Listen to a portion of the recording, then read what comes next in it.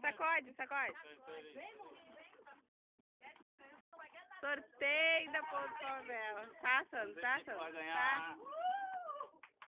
Olha um só. Veste bem. Umzinho. Só aqui.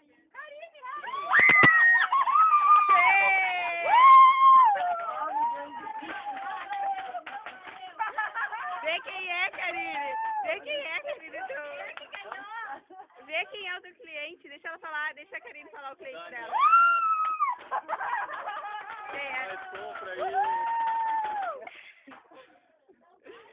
Daniel, ganhador do prêmio de R$300 da loja Ponto Favela.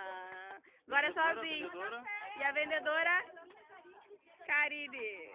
E...